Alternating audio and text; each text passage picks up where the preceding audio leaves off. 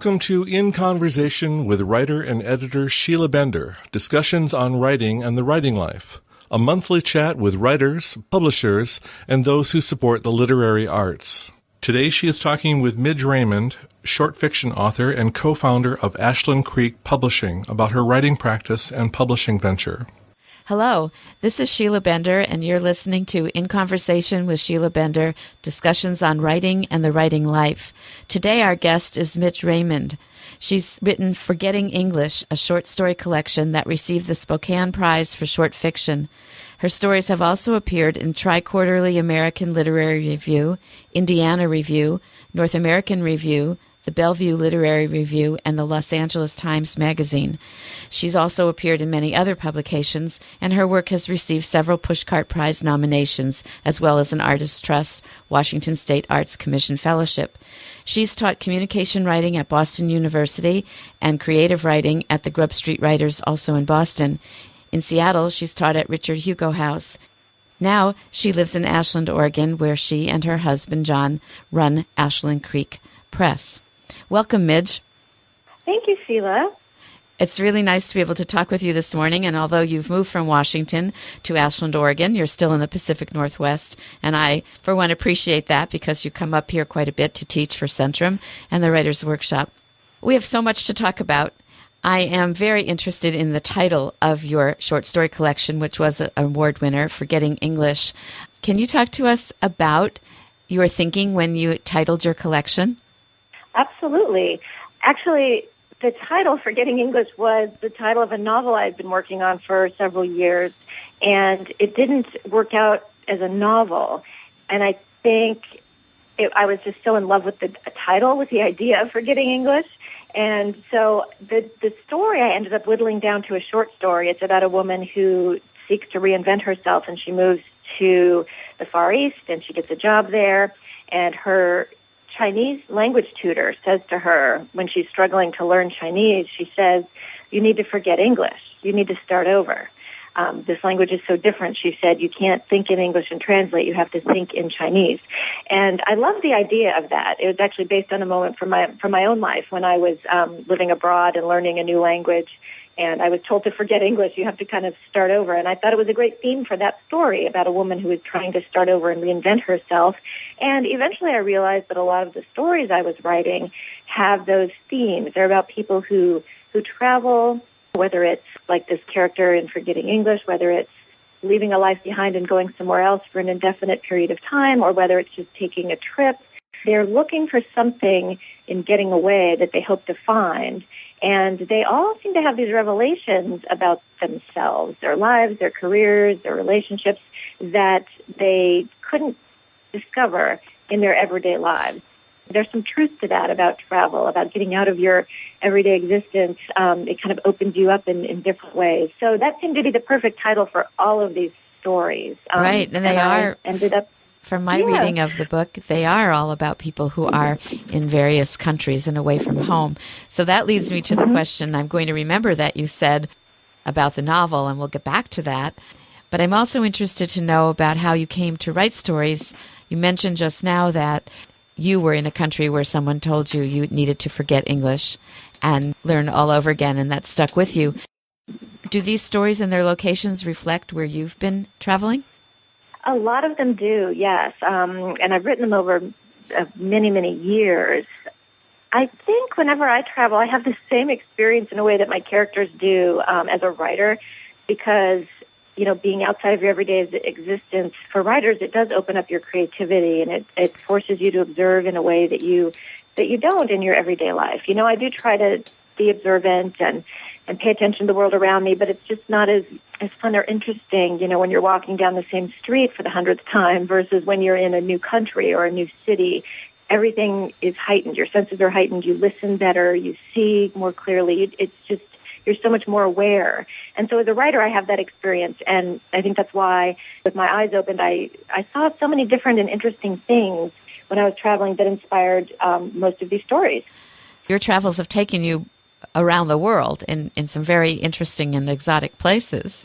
My first job out of college was teaching at a language school in Taipei, Taiwan, of all places. I lived in Taipei and taught school in a a little coastal community on the north side of the island. And I also taught language classes in Taipei. And after my teaching contract was up, I traveled all over Southeast Asia and China, and that was amazing.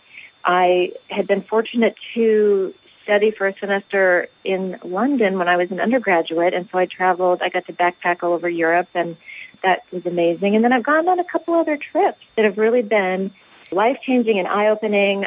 Wildlife is my thing now, and the last few trips I've taken, I can't imagine really taking a trip that doesn't involve wildlife in some way. So one of the most amazing trips I've been able to take has been to visit Antarctica on a small boat, like an eco-expedition, and I have also been to Arctic Norway. I'm really interested in the climate and how climate affects our landscape and our wildlife and all the creatures that depend on sea ice, for example. And then I've also was able to volunteer with a penguin researcher in Patagonia. There's a woman who works at the University of Washington. She has been studying a penguin colony for almost 30 years now in the Chubut province in Argentina. Doing that was just an amazing experience to sort of Midge, see what's going on with these one birds. of my very favorite of your stories takes place in Antarctica, and from what you're telling me, there's observations you've been able to make firsthand that have found their way into that story, I'm sure.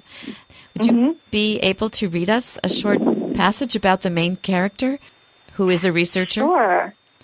Absolutely. I would be delighted to. Thank you. I can read a short passage from the story, just a couple of pages in. The story is called The Ecstatic Cry. The main character, her name is Deb. She's alone on the island where she studies penguins. An incident earlier that day, she and her research partner had a visit from a cruise ship, a small cruise ship, and one of the men on the ship had been taking a walk and fell on the rocks, and so her partner had to accompany the ship's crew back to a research station. And so she's alone on the island. It's hard to believe on an evening like this, with the air sogged with rain and the penguins splashing in a pool of slush nearby, that Antarctica is the biggest desert in the world, the driest place on Earth. The dry valleys have not seen rain for millions of years, and thanks to the cold, nothing rots or decays. Even up here on the peninsula, I've seen 100-year-old seal carcasses in perfect condition and abandoned whaling stations frozen in time. Those that perish in Antarctica, penguins, seals, explorers, are immortalized, the ice preserving life in the moment of death. But for all that stays the same here, Antarctica is constantly changing. Every year, the continent doubles in size as the ocean freezes around it. The ice shelf shifts, glaciers calve off. Whales, once hunted, are now protected. Krill, once ignored, are now trawled. Land, once desolate, now sees thousands of tourists a season. But it remains, to me, a place of illusion. When I'm here, I still feel comfortably isolated, even though increasingly I'm not. At nearly 10 o'clock, it's still bright outside, the sun still hours away from its brief disappearance. I take a walk, heading up toward the colony that was so heavily trafficked today, the one the man visited before he fell. The empty nest remains deserted.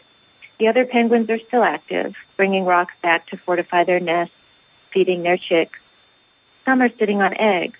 Others are returning from the sea to reunite with their mates, greeting one another with their call of recognition, a high-pitched, rattling squawk. Often when I watch the penguins, I forget I'm a scientist. I become so mesmerized by their purrs and squawk, by the precision of their clumsy waddle, that I forget I have another life somewhere else, that I have an apartment in Eugene, that I teach marine biology at the University of Oregon, that I'm 42 years old and not yet on a tenure track, that I haven't had a real date in 3 years. I forget that my life now is only as good as my next grant, and that when the money dries up, I'm afraid that I will too. What I'd like most is to return to the Ross Sea, to the emperor penguin. This is the species that captivates me, the only Antarctic bird that breeds in winter, right on the ice. Emperors don't build nests. They live entirely on the fast ice and in the water, never setting foot on solid land. I love that during the breeding season, the female lays her egg, then scoots it over to the male and takes off, traveling 100 miles across the frozen ocean to open water and swimming away to forage for food. She comes back when she's fat and ready to feed her chicks. My mother, still hopeful about marriage and grandkids for her only daughter, says that this is my problem, that I think like an emperor. I expect a man to sit tight and wait patiently while I disappear across the ice. I don't build nests. When the female emperor returns, she uses a signature call to find her partner. Reunited, the two move in close and bob their heads toward each other, shoulder to shoulder in an armless hug, raising their beaks in what we call the ecstatic cry. Penguins are romantic. Most mate for life. Thank you. Midge, when you invent a character who uses your observations quite well, the observations you must have made when you were counting penguins and visiting Antarctica, do you ever feel like you don't want to leave them behind after one story? Yes, I do. I really do. And of course, they stick with me, the characters. They always do. But what's really been interesting about this story is that readers, I've gotten just wonderful feedback from readers about this character. She's a cranky character, and even the readers who don't like her are curious about her, and they want to know more about her. And I think there's just something familiar about her passion and her investment in what she does that seems to resonate with people. So she's a character I've been recently returning to, and I'm working on a novel. Wow. So is this the novel that you left behind when you did the short story collection? No, this is a different one. It's not the same one as Forgetting English as the title story, but this is a whole new one. And this, in part because I really enjoyed getting reader feedback, and that kind of planted the seed. Why don't you write a novel about her? I want to know more about her. And I discovered as well, I wrote this story before I went to Patagonia, and having gone to Patagonia and worked with penguins on the ground, it's a very different environment than Antarctica. There's no ice, there's no snow. The penguins live totally different lives, but they still face a lot of the same issues with climate change, their food sources disappearing. And so I got very interested in that and very invested in that personally, and just wanted to write more about it. And so she's becoming the major character in this novel I've been working on, which has been a lot of fun and very interesting, because in a short story you have a limited amount of backstory. What I read a few minutes ago was basically her backstory, just a paragraph in a short story. And so now I'm really delving into her life, and it's been fascinating. I can't wait for it to come out.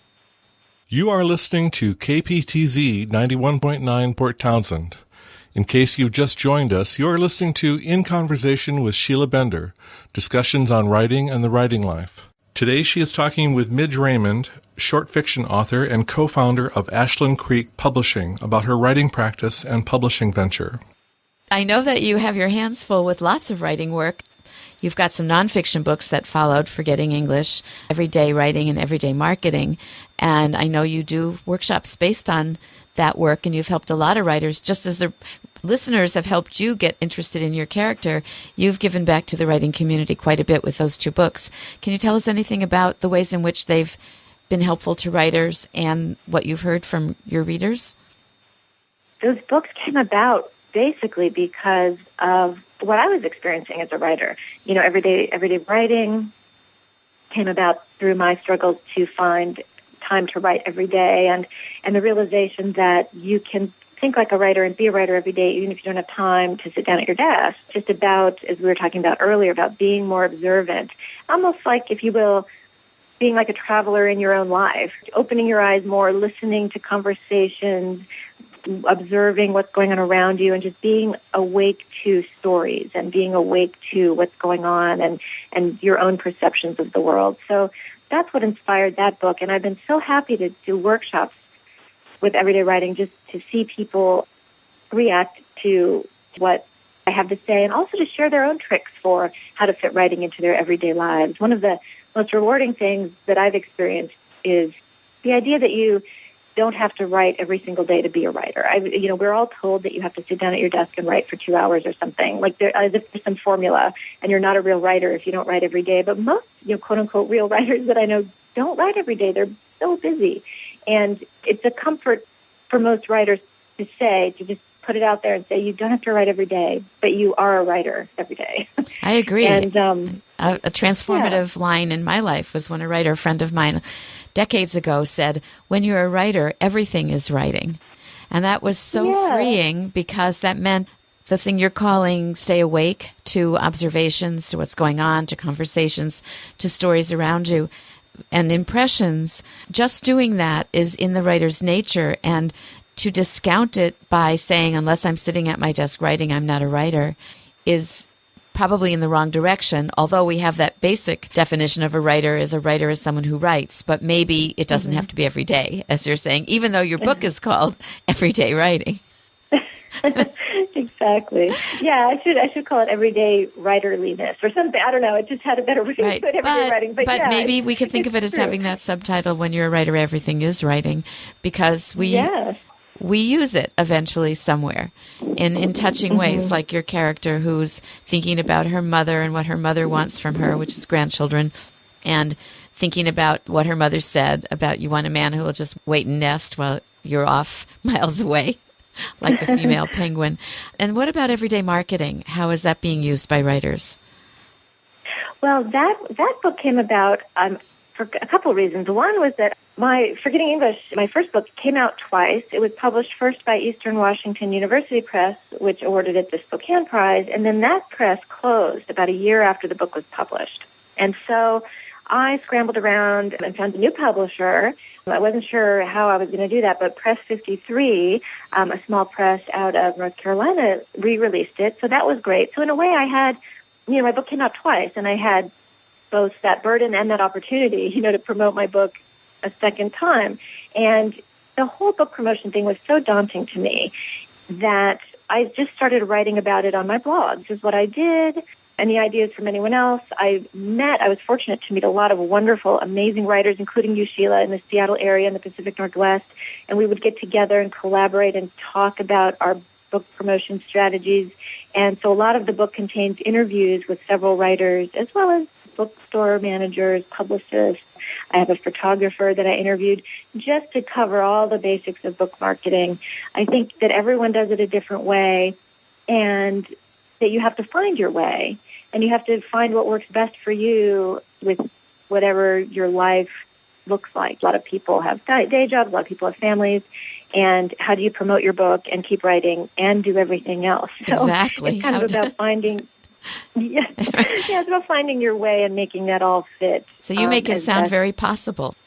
It is very possible. That idea of you can't do it all, so don't try to do it all. Just as, you may not be able to sit down and write every day, so don't feel bad about it. Just do what you can, because every little bit helps. A couple of the things I do in both books is to offer 5-minute writing prompts and for everyday writing. And then, for example, in everyday book marketing, I'll offer like a 5-minute or a 15-minute book marketing tip. So that's excellent. Here's what you can do if you only have 15 minutes a day. You can do something to promote your book.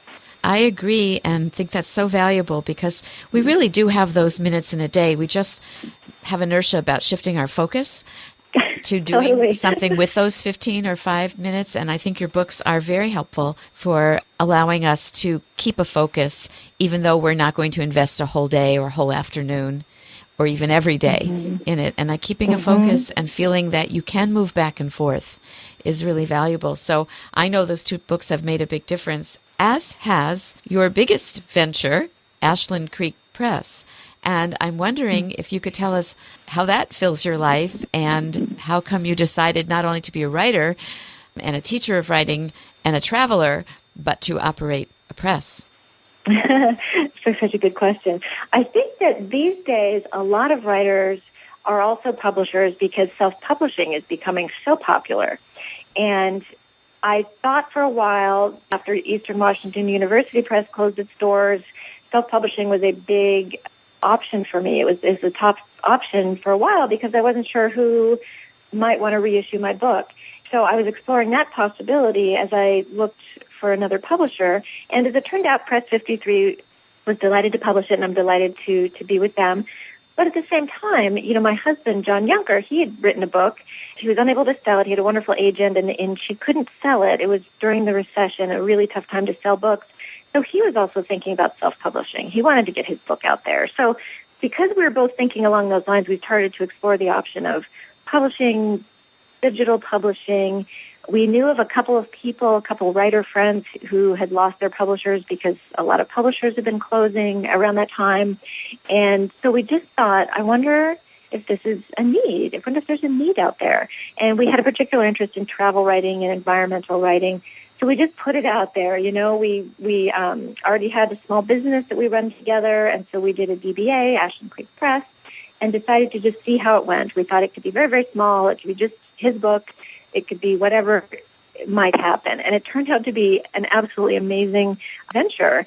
We got some wonderful submissions right off the bat. We published some wonderful books, and we continue to get great submissions. And we're now leaning more toward environmental work, which is a great niche for us. And I think it's going to be a nice niche going forward, just because these issues are all on the top of most people's minds. And I think literature has a really big role to play in stuff that's happening culturally with climate change and endangered species and all these other topics that are becoming increasingly important. I think that reading about it in a fictional context, we're mostly interested in eco-fiction, is just going to be really, first of all, a nice change from reading all the nonfiction stuff, which can be so depressing, but it's also going to be something that just opens up a different type of conversation about all these issues. So one of the things I notice when I go to the ashlandcreekpress.com website is how well-reviewed your book list is, and well-reviewed by the traditional high-visibility book review publications such as Booklist and Kirkus and Publishers Weekly. And one of the things I know is difficult for small press to do is to meet their schedules for galleys for getting the books reviewed. A lot of small presses somehow miss those opportunities. First, I want to commend you on being able to do that, because it certainly increases readership. But second of all, I wonder how you keep to a schedule that allows you to do that. Well, yeah, that's a great question. It's one of those things that's really important to us, and I think we come to the press from such a writerly background. John and I have both worked in publishing. We both lived in New York and worked for publishing houses there. We're also both writers.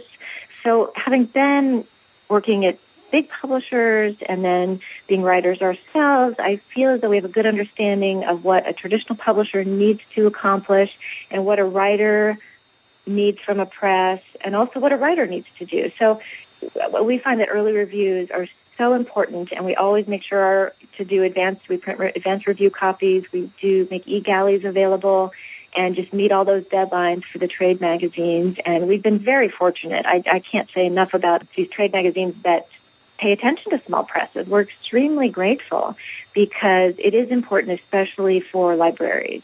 Libraries read Publishers Weekly, they read Booklist, they read Kirkus, and we always notice when a review comes out in one of the trade magazines that we get library orders coming in. So that's so important for us, and we're very, very glad to know that small presses are being regarded with all these magazines. We have yet to get attention from the New York Times or some of the major media, Oprah magazine, not yet, but we're hopeful, and you just never know. You just have to keep trying and putting it out there, and our authors certainly know we do our best, and some books don't get reviewed, and it's just a shame, but we also submit them for awards, and this, one of our authors was a finalist for the Chautauqua Prize, and we were the only small press on the shortlist for this prize, and it's a national award, and even though he was a finalist, he ended up getting wonderful attention for his books. He was invited to speak. He found a whole new audience at the Chautauqua Institute, and his book sales 2 years after publication are probably stronger than they've been. So it's just a wonderful thing. And in our view, a book is never finished. With a lot of big five publishers, they give you 3 to 6 months to become a bestseller. And if you don't, they move on. And the advantage of being a small press is we have a very small list, and all of our authors, we feel as though their books are as new as they were the year they came out. And we're going to keep looking for opportunities everywhere we can. You certainly do know it from the writer's perspective. That's very affirming to hear, that your press feels that the book is always new and always has a chance, and you're going to keep on promoting it. As an author, it's just really, really nice to be able to speak with our authors as authors ourselves, and I think it's really important just to understand their perspective, because as an author, it's really hard. There's so many challenges with getting your book out in the world and with marketing, and marketing is just a totally different ballgame than writing, as you know. Mm-hmm. It's uncomfortable for so many authors. So it's nice to have been through that ourselves and to be able to talk to them and say, that we get it. And I feel that that's something that if you haven't been an author yourself and haven't had to take your baby out into the world and get people interested in it, it's hard to understand what that's like. Authors are very lucky to be publishing with you, because you know it from the publishing work you did in New York, and you know the field from the writer's point of view, and very sensitive as a writer yourself. You're a good translator of the needs of the publishing world and the needs of the writer, and I feel like they're very privileged. So before we end our discussion today, it would be nice to know more about how you seek writers and how people can get in touch with your press, their books, your books, and everything we need to know so that when our talk is over, people can go find out more. Oh, thank you. Absolutely. So ashlandcreekpress.com is our website. We are generally open for submissions year-round. We do have a couple of special events, I guess you'd call them. We have an annual prize. We're just wrapping up our first annual prize now. It's the Siskiyou Prize for Environmental Literature. So that'll be an annual prize to look out for on our website if you just go to our website and find the submissions tab. We also do an anthology of short fiction, which is semi-annual. Otherwise, we're just open to submissions all the time for book-length environmental fiction. How many books do you put out in a year? We put out usually about 4 to 6 books a year. This year it'll be 4. Next year it'll probably be 4. So I would say average 4. We've I think we published 15 books so far. We've been around for, this is our third year. So. How many submissions? But you are open, as you said, to submissions, so people have a chance, right? Yes, absolutely. We read everything. We get an enormous volume of submissions, but we respond within 1 to 3 months, so it's not that quick. We definitely respond within 1 to 3 months, and we read everything. John and I do read everything. We don't have interns screening anything. We usually ask for a proposal first, so we read that and then decide if we want to see more. Great. So, we're open to submissions. We get a lot of agented submissions, but we still take unsolicited submissions from all writers who are writing in this environmental literature genre. That's wonderful to know that you're getting an agent. I mean, a writer who has an agent can suggest the agent submit to you, and a writer without an agent can still submit, which is fabulous. So your personal website, midgeraymond.com, still contains your blog? Yeah, I still blog. I do writing prompts every Monday for any writers who want to start their week with a writing prompt. There's a new writing prompt every Monday. And, just midgeraymond.com/blog. And then I also have an e-newsletter that I send out periodically. If writers are interested, they can find the subscribe button on my website and just get the email newsletter, which has updates and writerly events. And I usually include a writing tip and a writing prompt in that as well. Thank you, Midge. That is exciting for writers. So I hope that our listeners tell other writers, stay in touch with your websites. You've told us so many good things. And before we end today, I'd really like to hear you, perhaps if you can, on the spot, sum up what gives you the most pleasure about sharing your writing with readers and being in the writing community. Oh, gosh, that's such a big question. Thank you, though. Well, probably the biggest joy as a writer is seeing and hearing readers respond to what I write. I still think it's an amazing privilege to write something, to be able to get it in print or to share it at a reading with readers. It's an amazing thing, and when people respond to that, it's just the biggest gift in the world. I never imagined I would, even though I've always wanted to be a writer, I've never imagined that this could actually happen and be so wonderful. And as a writer of nonfiction books for writers, it gives me such joy to be able to share what I've learned, because so much of what I've learned about marketing and writing, I've learned the hard way, and I love being able to help people avoid my mistakes and sort of learn the shortcuts that are so helpful. And it's a delight to share that with people, for sure. Thank you, Midge. It's a delight to have you in our writing community. So we'll say goodbye for now, and I hope that we do a future interview. Thanks so much. Oh, I hope so, too. Thank you so much, Sheila. In Conversation is produced by Sheila Bender and edited by Charlie Fleischman. Production coordinator is Mike Schlexer. Announcer is Kurt Vanderslice.